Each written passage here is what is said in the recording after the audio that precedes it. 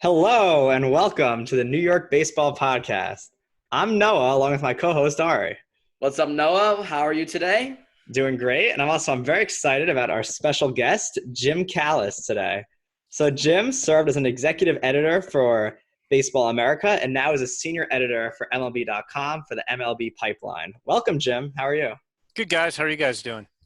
Good. Thanks for asking. So first of all, really appreciate you taking the time out of your busy day to come on our podcast. We're very small, and any guest we get is a huge one, so we really appreciate that. Yeah, no problem at all. Glad to help. I always love talking baseball, so no problem at all. Love it. So first off, the obvious question, how have you been doing with COVID? How have you spent the past months working from home? Just how are you holding up, you and your family? Well, everybody's here good health-wise. I think everybody, like probably you guys are too, a little stir-crazy. And it's funny because I'd say up and through the draft, it really wasn't that much different than a normal year would be for me. I mean, I did have my Arizona leg of spring training got canceled. And so, I was supposed to go to Arizona a couple of days before everything got shut down. And so I did like 5 camp reports. I did them over the phone and interviewed some players over the phone rather than in person. But then, I mean, our normal MO is once we get back from spring training, it's like kind of almost, I'd say 95% draft for the next 2 months. And so that was kind of normal. And now that the draft has come and gone and it's been a month, now like it's been a lot different. This has been the part where it's really been striking because when the draft's over, I would have gone to the PDP League, which is like an MLB run showcase. Well, that got canceled. I would have gone to College World Series. There's no College World Series. This is first time since 2008 I won't have gone to the College World Series, and only the second time really since 1989. Then I would have gone to the Futures game and the high school Futures game. That got canceled. The Under Armour game would be coming up in Chicago. That's been canceled. So that's been kind of weird. And the other thing that's just been totally different is usually the thing that's really we're occupying most of our time in July is re-ranking all our top 30 prospect lists. Yeah. I do 10 of the teams. We split them up 3 ways between me and Jonathan Mayo and Mike Rosenbaum. And our attitude this year, we talked about it, was like you could always move guys around for the sake of moving guys around, but we felt like that would be kind of foolish because nobody's played. Like our list came out right before spring training. So instead of spending a month trying to get a handle on guys who have improved or regressed or gotten hurt, all we're going to really do with our list this year is add draft guys. There aren't even international guys to add because the July 2 signing period got pushed back 6 months. So this has been I'd say since the draft, this is where it's really been striking. Like, geez, all the stuff we'd normally be doing isn't here. But I'd say up until about mid-June, a month ago, it wasn't too much different than normal for me, honestly. I mean, it was the only thing that was really different from the draft perspective is usually, we expand the list and then we expand it again in May, and we did that. But again, nobody was playing, so things weren't changing. Usually we're moving guys around, and I usually circle back and talk to all the scouts I talked to in April in May again. And this year I didn't have to do that because nobody played. I just got all my work done, all the information I needed in April, and then we just did the list in 2 stages. So it's it's been a little bit odd, and now it's certainly getting odder because even for what we cover, even if there's a major league season and they can keep that going, there's not going to be that much prospect stuff to do. Right, so I'm a little unsure what exactly we're going to be doing in August. So when you grew up, what was your team? Who'd you usually root for when you grew up? Well, I grew up in the D.C. area, and it's funny. We didn't have a team because we didn't have a team in Washington. And my grandparents on my mom's side had a place in Cape Cod, and we'd go up there every summer. So I grew up as a Red Sox fan. Oh, nice. I'd watch games on Channel 38. And the fun thing is, even though we were on Cape Cod, I never went to a Cape Cod League game back then, which is odd as I grew up a baseball fan, but we just never made it there. Noah loves that, right? Because Noah's a Yankees fan. I'm a big Yankees fan, but it's okay. You can stay on. Yeah, so we have a lot of young viewers on. I think they kind of want to know more about like your career. So I know you pursued a degree in journalism. You want to talk about like why you went into journalism and kind of when you knew you wanted to like go into a career with that field? Yeah, it was interesting because I wasn't sure what I wanted to do coming out of high school. And I originally got into the business school at the University of Georgia. And the plan was I was going to go to business school and I was going to work. My journalism teacher in high school had relatives who had a paper, like a small town newspaper somewhere near Athens. I don't even remember what town it was anymore. So I was going to like work for their paper a little bit, go to business school, see which one I liked. Well, I never wanted to work it for that newspaper. But I started working for the school newspaper, and because I went, it's different now, but when I went to school, there weren't, I think, a lot of schools encouraging you to take AP tests like they are now. Right. But in the school system I grew up in, they did. So I had almost a full year of credit at Georgia when I got there. So after my freshman year, I had half my credit, so I had to make a decision. And I just enjoyed writing for the school paper, more than I enjoyed business school. So it was kind of an easy decision. I made the switch then. Speaking of those AP tests, those are all online now, and I'm in high school. That's kind of like it's kind of strange seeing those AP tests being taken online and the 45-minute tests and just all the cheating going on, obviously, with the high school students. Very weird. All right, so moving on. So obviously the MLB draft, it was a shortened 5-round draft. A lot of players went out and signed. A lot of teams are still signing players, but we wanted to know, what was the biggest surprise to you in the draft? And I know that there was this one pick by the Red Sox. I think his name was Nick York, and not a lot of people thought he would go that high. But was there a player that you thought went too high or didn't go high enough? Or what were some surprises in the 2020 MLB draft to you? Yeah, I mean, there's always surprises. I mean, even at the number 2 pick, when we kind of felt like it was 50-50, where the Orioles were going to take Austin Martin out of Vanderbilt, or maybe take somebody and cut a deal.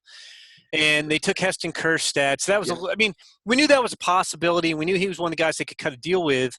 But I don't think many people were expecting Heston Kjerstad to go 2 and Max Meyer to go over Asa Lacy at number 3 as the first pitcher. But, I think the biggest surprise for sure, at least in the first round, was Nick York. And he's kind of an interesting situation. We split up the draft at MLB Pipeline. So Jonathan Mayo and I split the country in half for purposes of doing all our stuff for MLB Network too. And so I don't do California. So I hadn't really talked to anybody about Nick York because he wasn't really a consensus first-round guy, and he wasn't in my half of the draft. And since the draft, I've talked to teams. Like, I don't think necessarily many teams would have taken him in the first round. But I have had teams to say, look, he was one of the best hitters, on the West Coast, really good bat. There's some power potential there too. He had shoulder surgery, hasn't played a lot of defense recently. The arm's not all the way back yet, so the defensive position's a question, and that kind of worked against him a little bit too. I know the Red Sox feel like he was one of the best players in the draft. They did take a discount with him that allowed them to spend some money elsewhere, but they took him there. They lost their second-round pick for sign stealing, so being able to get a discount was a bonus. But the Red Sox will tell you they took him based on talent. The discount was secondary. They really believed in his bat, and I think one of the things we did see in this draft with maybe 10 or 12 of the picks is that there were high school guys who weren't consensus high-ranked guys, certainly not where they went, but who teams really like, individual teams really, really liked. And there wasn't a chance for these guys to go out and play a whole season and kind of get other people in the industry to really like them. I mean, we saw it in the second round when the Rangers took, Evan Carter out of Tennessee. And I do Tennessee, and I had about 10 or 12 high school players from Tennessee on my list of possible guys just to know about, and he wasn't one of them. But it was the same thing where they loved Evan Carter, and I just think you had teams this year say, with the odd circumstances, the guy's not playing, only 5 rounds, that, hey, look, the industry may not have figured this guy out, but we did, and we're going to take the guy. And so you saw that, here and there throughout the draft. I hope Nick York grows up to be like a stud, because I want to see. I know the Red Sox will say, yeah, we're taking because of his talent, not the discount, but there's still speculation. And if he grows up to be like one of those like elite stars like out in the field, then that's gonna be pretty cool. Yeah, he's got that upside. I mean, again, we'll have to see. But I mean, even teams that wouldn't have taken him in the first round looked at, has said, look, this guy's a chance to be a really good hitter with plus power. So it's not. I mean, I'm not saying I would have taken him 17th, and I know we had him ranked 139th, and I think 139th was probably way too low. Like, he might have been, I don't know, maybe more of a late second-round pick. Probably closer to 17 than 139, but I'll admit I am too. I mean, those guys always kind of interest me, the guys who went a lot higher than you thought they would, as to how good they become. Yeah, for sure. It was an interesting draft. And just kind of moving on, we're going to talk about the upcoming 2020 season. I know everyone's saying this is going to be a season unlike no other. So Do you think that, first of all, do you think we're going to get through the season, obviously from a safety perspective? And kind of what are your opinions on the new rules, obviously with the 60-game schedule, the DH, extra innings? I know it's a lot of changes. So kind of what's your opinion on this season coming up? Yeah, I mean, in terms of the rules, I mean, I kind of looked at this ever since we had the shutdown and we knew we weren't going to play and you didn't know how many games there were going to be. I just look at it like if we get baseball, we get baseball. I'm looking at that as a plus. Like, and anybody who's like, oh, 60 games isn't enough. Well, 60 games is what we're going to get. So, like, that just kind of is what it is. I mean, I've been on record before. I think the runner on second base is a stupid rule. I hate that rule. I don't know why that's going to keep people healthier during the times of the coronavirus. Like we need to end it. But anyway, I will even put my hatred of that rule aside and say, again, I mean, this could be an unusual season. I don't mind the universal DH. I guess they're going to allow – I don't think we know the exact rules that they're going to allow players to sub back in some circumstances. That seems goofy to me. But it's just going to be a goofy season, and we're just going to have to enjoy it. I honestly don't know if we're going to get a whole season in. I get asked that question a lot, and I guess I just try to stay optimistic about it. I'd like to have a season. I mean, one, selfishly, as a baseball fan, just to have some baseball. Mm-hmm. Two, I mean, I know I've been doing this for a long time. I know an awful lot of people who work in baseball, who cover baseball, and a lot of people are probably going to be without jobs if there isn't baseball or it gets shut down real quick. And I don't want to see that happen. But I don't know. I mean, I'm a little dismayed. It's so weird how this has become like a political issue, and it seems to me like we should all want to be healthy and safe. Like, I don't understand how that's a political issue, but I don't know. I mean, you see cases going up. You see places aren't handling it well. I mean, we could have this big debate, what's better, the bubble concept or traveling? Well, like the NBA's in Florida, which doesn't seem like the place you'd want to be right now. No, absolutely not. But then, you have all these teams are going to be flying all over the place. I don't know. I mean, it seems like they're going to need a lot of good luck to get through this. And I just, unfortunately, I mean, the thing that worries me is, I mean, aside from the health of people, and you don't want to see, I mean, we all assume, the players are young, they'll be okay. But, like, what if an old manager or coach gets it or somebody has a pre-existing condition and it becomes serious? But just from a competition standpoint, like, what if the Dodgers have a coronavirus outbreak and 16 of their players get it and have to be in quarantine for 2 weeks? Well, boom, that might be your whole season. Like, you could bring in your guys off your 60-man, but, like, it's not going to be the same.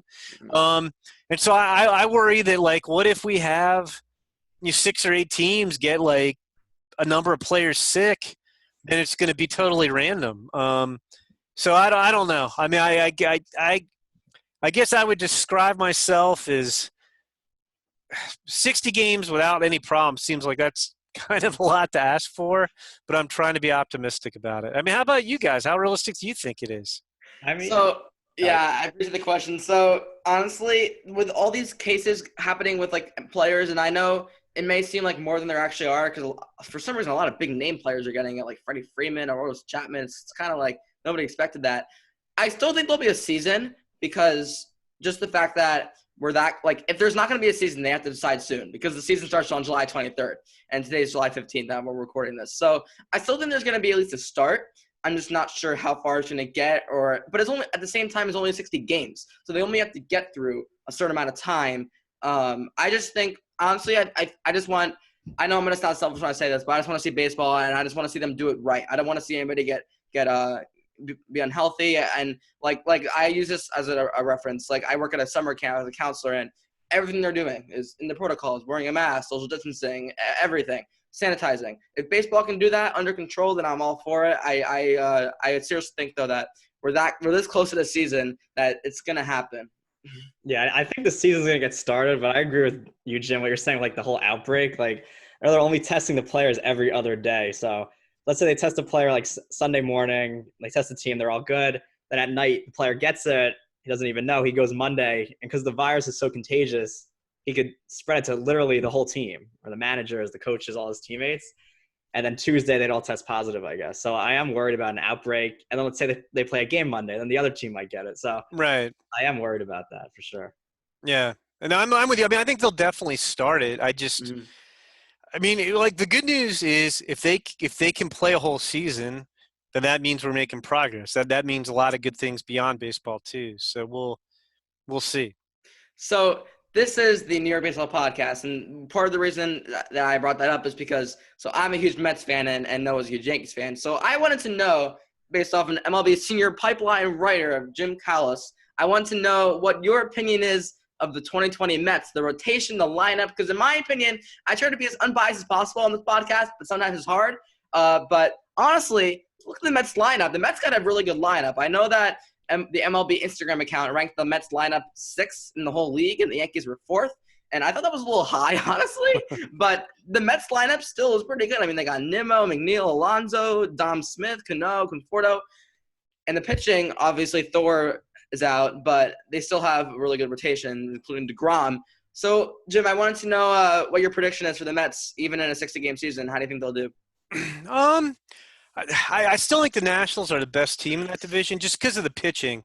Like, especially in a short season, like you're going to get, like 35 starts from Scherzer and Strasburg and Corbin. Yeah. But I think the Mets will be right there. I mean, it sounds like DeGrom's MRI was like encouraging today. Sixth best lineup seems a little bit high to me, but it is a pretty good lineup. I'm not sure how good their defense is, which will affect the pitching. I mean, I like DeGrom and Stroman at the front of the rotation. I mean, if Steven Matz and Michael Wacha stay healthy, that could be, pretty good. I think they're a definite contender, and I do think that division will be interesting. I mean, could they win the division? They could. I think that division's going to be. I think you got 4 teams that feel like they have a shot. Mm-hmm. I mean, the downside is, and again, I'd file this under things that you just have to accept this year. The teams in the Eastern divisions, I think, get kind of screwed a little bit in terms of the wild card because you're going to basically be playing. I've lost track how many games you're playing. Was it 40 and 20? Yeah, 40 and 20. So they're playing. You got 30 games in your division against teams that are realistic contenders, and then you're going to have 4 games or is it 6 games against the Yankees because they're 6 against the Yankees. 6 against the Yankees, and then however many against the Rays, and the So I mean that's more than like probably 2/3 of their schedule is against legitimate contenders. So but again, it's not like you're gonna be able to play a balanced schedule with everything that's going on. Yeah, and again with the MLB Instagram account, they posted that ranking, and the Braves weren't even in the top 10, and all the comments were like, where are the Braves in this list? And honestly, even being a Mets fan, I had to agree with them. The MLB Instagram account did not put the Braves in the top 10 lineups in baseball. What do you think about that, Jim? Yeah, I mean, are they factoring in, Freddie Freeman? We don't know when he's going to play, and Markakis isn't playing. But no, I mean, their line. I mean, if and again, I mean, it's an if right now. But if Freddie Freeman plays with Freeman, Albies, Acuna, Marcell Ozuna, Travis d'Arnaud had a pretty good year last year. They just signed Puig. Adam Duvall, always seems like he finds a way to hit home runs. Yeah, that surprises me a little bit. I have nothing to do with our Instagram account, so I don't know who is in charge of those rankings. Yeah. And just want to ask you one final question. Ari and I always argue about this, but who do you think the best pitcher in New York is? Oh, God. The best pitcher in New York? Currently, yeah. Well, I mean, it would have been easier before the offseason. I mean, that's tough. Well, I'll put it this way. If I had to pick between the two, I would take Garrett Cole over Jake DeGrom. I would take Garrett Cole over Jake DeGrom. But I just think there's more health questions with Jake DeGrom. And that's why I would say that. I think Garrett Cole's a year younger also. So I will take, and remember, I mean, look, I'm not knocking Jake DeGrom, but Garrett Cole's been pitching against DHs, and Jake DeGrom hasn't. That's a big part of it too. So I'll go with Garrett Cole, but that's a tough question. No, I get that. Yeah, I mean, they're both obviously studs. They're both elite level arms. I just like DeGrom, even besides me being a Mets fan, I just can't get past the fact of back-to-back Cy Youngs. That rarely happens. He might even three-peat. I just can't get past that. And when I look at Cole, he didn't even win the Cy Young last year. He probably should have, honestly, because Verlander. I mean, he probably should have because of the postseason. But the fact is he didn't. Jim, you must have a vote, right? Do you have a vote in those awards? No, I don't. Oh. It's weird. This could sound weird, but all my years of Baseball America, they wouldn't let us in the Baseball Writers Association, which is crazy. It was dumb. It was basically like, oh, you don't need it, whatever. So then after I went to MLB, they almost immediately let Baseball America in. So maybe it was me. And then they didn't want MLB.com writers in because they said we weren't objective enough. And then they let us in a couple years ago. So I've only been a BBWA writer for, I don't know, 4 or 5 years maybe at this point. But the thing is, like I'm based in Chicago. You're part of a chapter, like wherever you are. And I'm based in Chicago. So here in Chicago, I don't know how many people are. It's one of the bigger chapters. So the people who vote on awards are people who go to games. I know there are some chapters where there's many fewer voters, and some papers, and I can understand this too, don't want their writers voting on awards because it can make a big difference. Some players have very lucrative incentives. It's conflict of interest. Some papers won't let the writers. So there are some areas where they're constantly needing writers to vote. And then up here in Chicago, the opposite's actually true. So I don't get any votes on any of the awards. And I guess in about 5 years, I'll have a Hall of Fame vote. All right. Awesome. Well, here at New York Baseball Podcast, we think you definitely deserve a vote. Yes. If you guys were in charge of the BBWAA, I would have had one much earlier. So, Jim, this has been a pleasure. Thank you so much for joining our podcast. We'll message you when it's up, and everybody out there who's listening, make sure to check out Jim's work. He is on MLB Network all the time. I know I watch that all the time. And Jim, you want to plug yourself a little bit for our viewers about one last time where they can find you and look at what you do? Yeah, it's like, you can go to our website at MLB.com. It's MLBpipeline.com. And I try to tweet about everything I do and a lot of the stuff we do at my Twitter account, which I, at this moment, can't use because I'm verified, but at Jim Callis MLB. And one of the things I tell people I think that's great about our site is everything's free. All of our scouting reports, all of our scouting grades, our videos, we have top 100 lists, we have top 200 draft list, top 30 list for every team, top 30 international list. All that stuff's free. None of it's behind a paywall, and everything we do. So you can come check it out. It's all accessible to everybody. And right now we're busy. We're kind of wrapping up the last few draft signings and getting ready to unveil our new top 100 list, which will come out after the signing deadline on August 1st.